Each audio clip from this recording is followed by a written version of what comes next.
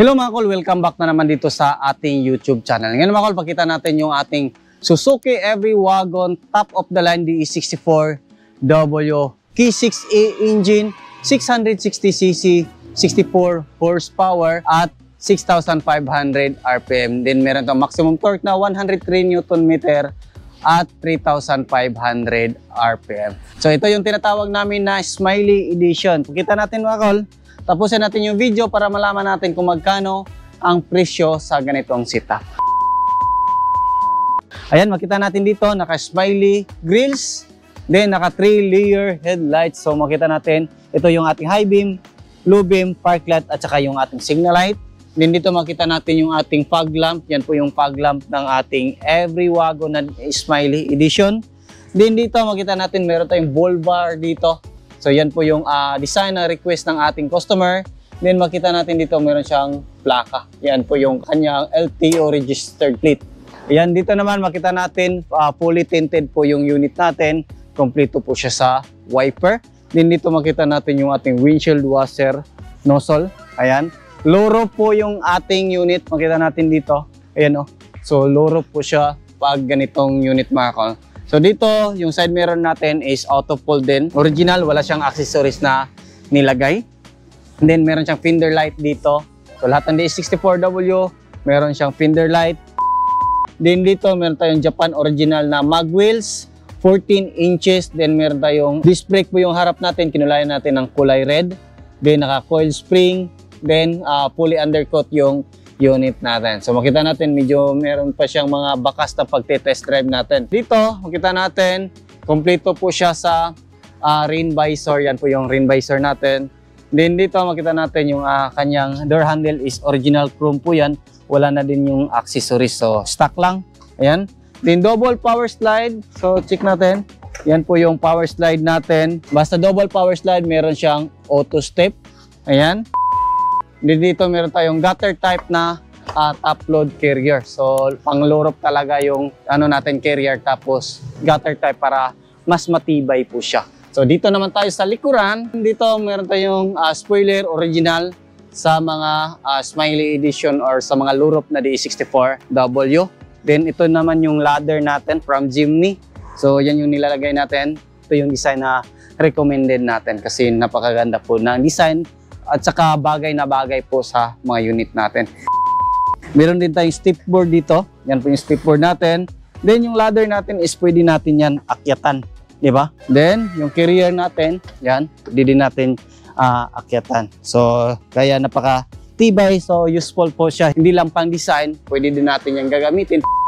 Mostly sa mga Smiley Edition na unit is clear po yung tail lights natin. Pero kung walang mga available, halimbawa, pagkuha natin is basag yung mga tail light natin, pinapalitan natin yung kulay red kasi ganitong design is bihirang-bihira lang po. Ayan, dito meron tayong dalawang camera. Ayan, ito yung sa dashcam, then ito yung sa stereo. Ayan, meron tayong Every Wagon emblem, then chrome na din yung dito, stock po ito, then chrome yung ating emblem dito na Suzuki. Then dito, makita natin yung wiper natin, kompleto yan. Third light, then yung sticker natin sa ating channel natin. So dito sa likuran, ayan. So ito, meron tayong street set na third set. So ito yung request ng ating customer. Ayan, so ginawa natin is nilagyan natin ng mga bracketing dito na bolted para kung gusto natin tatanggalin, kung marami tayong cargo, pwede natin yan. So dito tayo dadaan sa kabila. Ayan. So, double power slide din. Then, pakita natin kung paano tayo uupo sa likuran. Ayan. So, dito tayo. Then, ayan. Ito yung upuan natin dito sa harap. Pwede natin yan i-move forward. Then, atras. Pwede din natin yan i-recline kung gustuhin natin.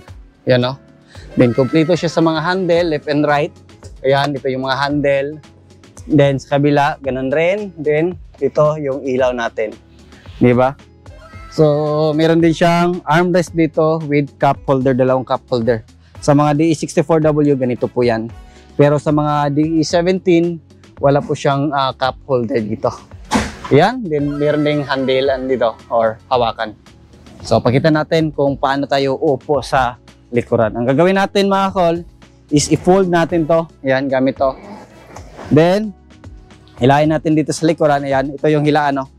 So, ito yung hilain natin. Ayan. Tapos, pull natin. Pag pull natin, dito tayo dadaan. Ayan. So, ganito yung posisyon natin pag nakaupo tayo sa likuran. Mga bata dito or katulad ko na laki, pwedeng-pwede na po to. Ito yung ano natin, paa. Ayan, dito. Pero mas tataas yung clearance niyan pag naka-forward yan. Ayan o, mas mataas na siya. Halos isang dangkal na yung clearance dito sa ating tuhod. Ayan.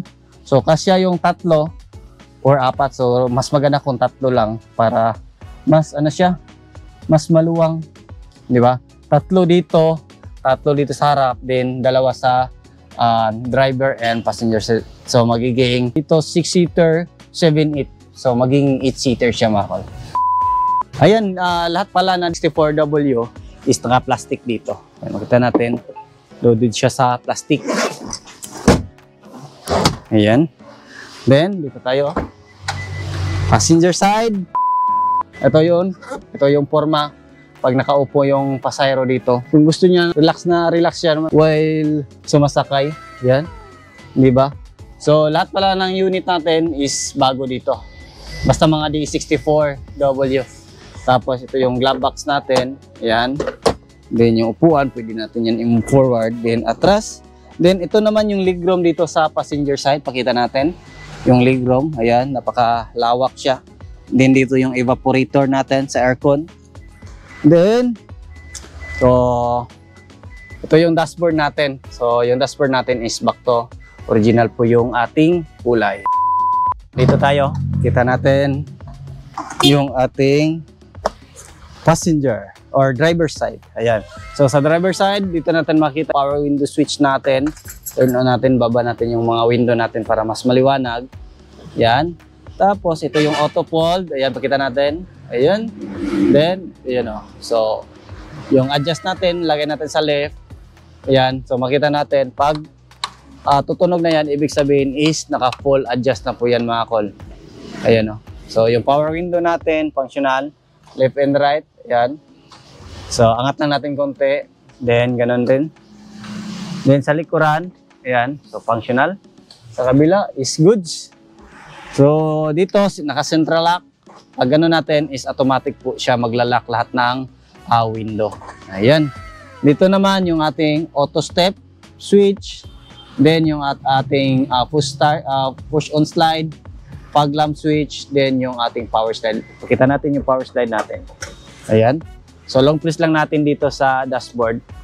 Ayan. So, goods. So, yan o. Di ba? Kita natin yung ating yung legroom ng driver. Ito yung accelerator pedal, brake pedal, din yung ating parking brake pedal. Ito yung steering wheel natin. Ayan. So, stock, original. Then, ito yung sa wiper. Then, dito yung sa signal light at saka park light. Then, yung ating headlight at saka high beam and low beam. Then dito meron tayong digital temperature gauge, Conway. Gamit na gamit to sa mga 2010 above model na sasakyan. Ayan. So dito rin meron tayong 9 inches touchscreen stereo with reverse camera. So Android po yan, mga kol. Then dito makita natin is yung ating overdrive switch. Ayan, makita natin. Ayan. So dito rin makita natin yung ating dashcam, room light. Ayan, then ito is yung ating sun visor. Ayan. So, check naman natin yung makina natin. Ayan. Ayan, start natin. Ayan, ganda ng andar. So, dito naman yung mag-check ng makina. Then, meron siyang mga lock. Then, meron siyang insulator para hindi mainit yung upuan. Then, merong rubber yan para mag-seal dito. Ayan. So, ito yung makina natin. So, yung makina natin is K6A engine.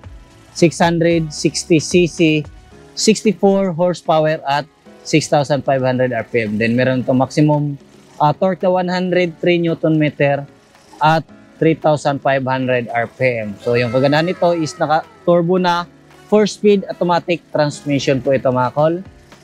Then makita natin, ito yung injector niya, 1, 2, 3. Yung ignition coil is nasa ilalim dito at saka spark plug, turbo.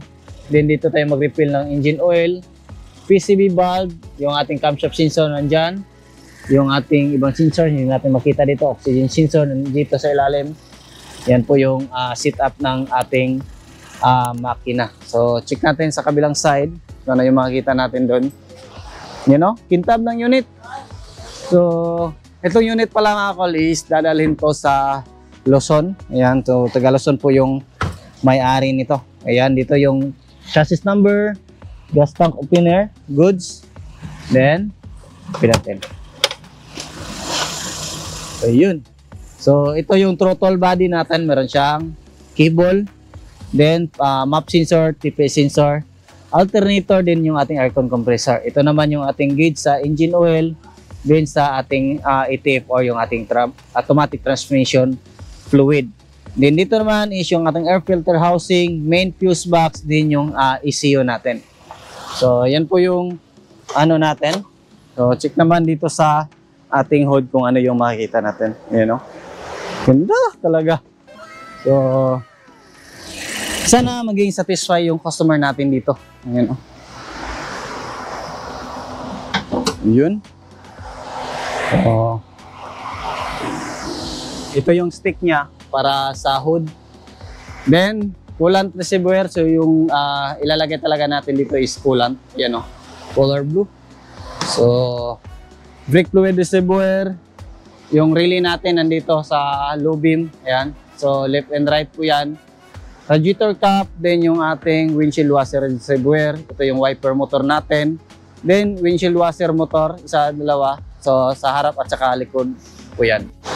So, yung presyo nito mga kol is umabot po siya ng 377,000 all-in na po yan. So, yung basic setup nito is nasa 315,000 lang po yan. Depende na po yan sa mga accessories na gusto i-upgrade. Ayan, sa katulad nito, marami siyang pina-upgrade kaya umabot po siya ng 377. Pero kung wala masyadong upgrade, running condition lang mga kol, is nasa 315,000 with pintura na yan, upholstery and tint. So, naka-PMS na yan pag ilalim. So, yan lang muna yung aming vlog for today. Maraming salamat po sa iyong patuloy na pagsubaybay. Sa bago lang sa ating channel, huwag niyong kalimutan i-like, share, and subscribe.